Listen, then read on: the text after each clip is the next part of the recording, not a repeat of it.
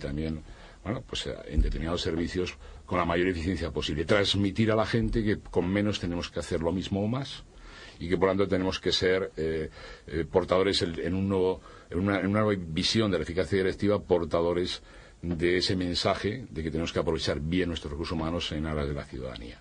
Por otra parte, hay una política también que se ha establecido por el Ayuntamiento de aprovechamiento del tiempo, de tal manera que se van a cerrar las oficinas administrativas a partir de las 5 de la tarde en septiembre, lo que genera también unos cambios en los modos de trabajar y va a requerir un esfuerzo directivo, y por otra parte va a permitir la conciliación mejor de la vida familiar y profesional de un buen número de empleados, ¿no?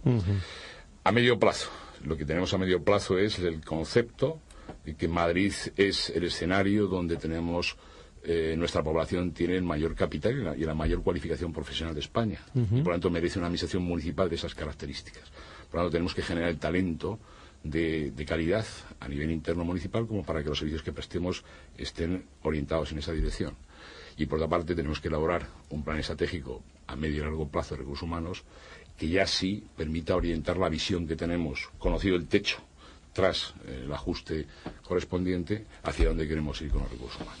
Esos son nuestros retos. Muy bien, pues déjenme que le presente también. Se incorporan a la tertulia, se van incorporando personas a la tertulia. Patricia Fernández, gerente del área de talento y organización de Accenture, que nos acompaña en los estudios de Gestión de Radio. Querida Patricia, muy buenas tardes y bienvenida. Gracias. Muchas gracias.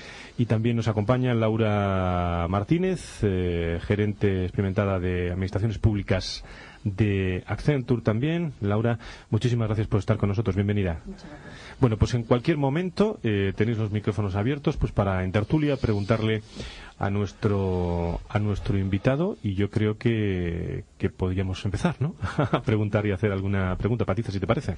Muy bien. A mí, Fernando, me gustaría preguntarte, en línea con lo que ha comentado Fran, de que una gestión eficaz de las personas se traduce en un mejor servicio al ciudadano, ¿está el Ayuntamiento llevando a cabo, tomando alguna medida para contrarrestar ese posible efecto negativo que pueda conllevar las medidas de restricción presupuestaria, ¿no?, que se han sido anunciadas, sobre todo por la que tiene un impacto más directo en lo que es el salario del empleado público? Sí, mira, una de las líneas de actuación en recursos humanos que todos conocemos es la claridad en la gestión, ¿no? Tener claridad de las personas que se exige de ellos, claridad en los requerimientos, claridad en la retribución, equidad en la retribución. La política de claridad, estén los que estén, es fundamental para nosotros el seguir trabajando en ella, ¿no? Y evidentemente, como decía antes, la apuesta, esa oportunidad que tenemos, viendo lo positivo de lo negativo que puede significar el que tenemos que reducir los costes, y por lo tanto tenemos que reducir tanto el capítulo 1 como otros capítulos. La apuesta por lo positivo significa el empezar a trabajar en conocer exactamente los perfiles que necesitamos, conocer el dimensionamiento de nuestras plantillas, ajustar, reubicar adecuadamente a las personas, e indirectamente eso va a significar un elemento de claridad que siempre es motivador para los empleados, ¿no? Es verdad también que la cultura pública se tiene que ir transformando, ir buscando más esa apuesta por los resultados, que sea más cercana a la visión del empleado público hacia el resultado que obtiene la ciudadanía, ¿no? Y eso generará indirectamente también otra motivación. En esa línea es en la que nos planteamos el plan estratégico que comentaba antes, ¿no?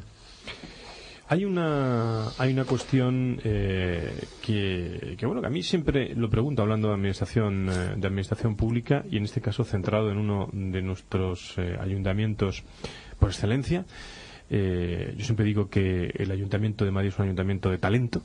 Aparece el talento como arma importante de transmisión, porque el pueblo de Madrid es un pueblo de Madrid de iniciativa, de imaginación, de talento.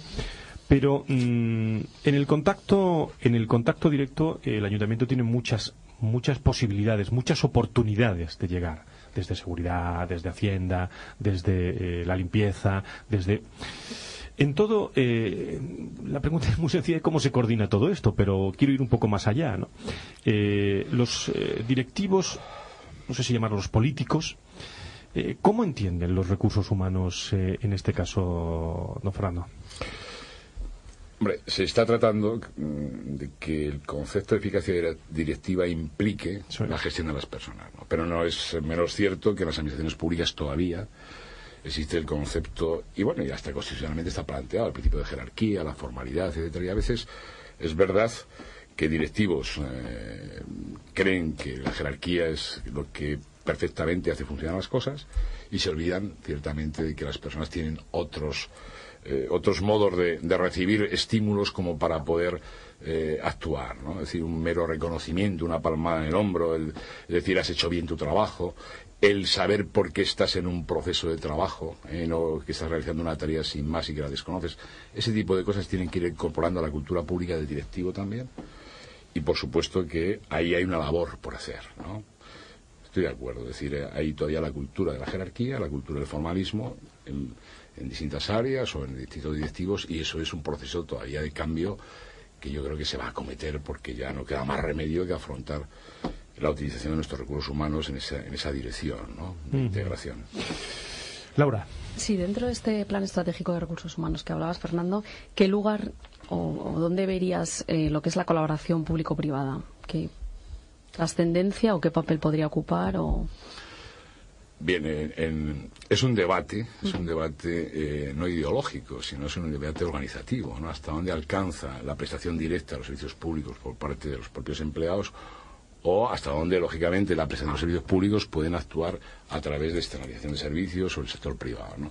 Yo creo que el equilibrio, sin que se tenga que desmontar todo un aparato organizativo que existe, sino que hay que aprovecharlo eficientemente, formar a la gente y establecer políticas de directivos acordes, pues es perfectamente conciliable con que nuevos servicios se vayan prestando también a través de la utilización del mercado, ¿no? En la medida que la administración tiene que controlar, inspeccionar y garantizar que llegan adecuadamente los servicios tal como se los plantea las políticas públicas a esa ciudadanía, ¿no? A veces se corre el riesgo de pensar que es más eficiente la prestación de un servicio meramente por el sector privado, y se olvida también a veces que el sector privado utiliza pues o retribuciones inferiores o menores alcances en la prestación que con el sector público. Pero por otro lado también es verdad que es más eficiente a la hora de establecer suplencias, a la hora de establecer atenciones directas sin tener que estar recurriendo a las rigideces que significa la negociación, etcétera, etcétera, ¿no? Pero es un debate abierto que yo creo que se concilia perfectamente una y otra forma de atender los servicios públicos, ¿no? Nos acompañan también, y dentro de unos instantes, don Carlos Esteban desde la producción, lo cual agradecemos su trabajo.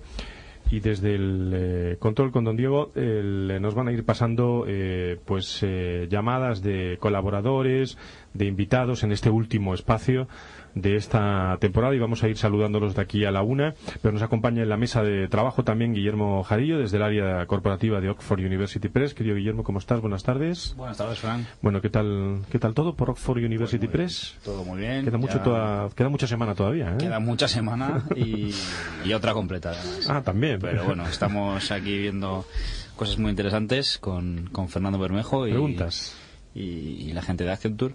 Yo sí tenía una preguntilla. Vamos a ver, comentabas al principio que las personas, los trabajadores, digamos, de las distintas administraciones públicas son claves a la hora de que el ciudadano perciba una satisfacción, ¿no?, en esa función pública, ¿no? Es cómo se le responde a sus necesidades, ¿no? Entonces, a mí lo que me gustaría que nos contaras un poquito cómo se evalúa eso, ¿no? Es decir, cómo se evalúa la satisfacción por un lado del ciudadano, y por otro lado se evalúa la actividad, digamos, el trabajo del propio empleado público. Sí, Guillermo, esta es una pregunta que de vez en cuando en algún foro nos someten a la presión de explicar, por un lado, la productividad del sector público frente al privado, si tenemos elementos de medida, y por otro, la satisfacción. Y yo siempre digo lo mismo. Mientras no tengamos una metodología de evaluación de desempeño clara sobre y los análisis de la adecuación de los recursos, difícilmente podemos medir.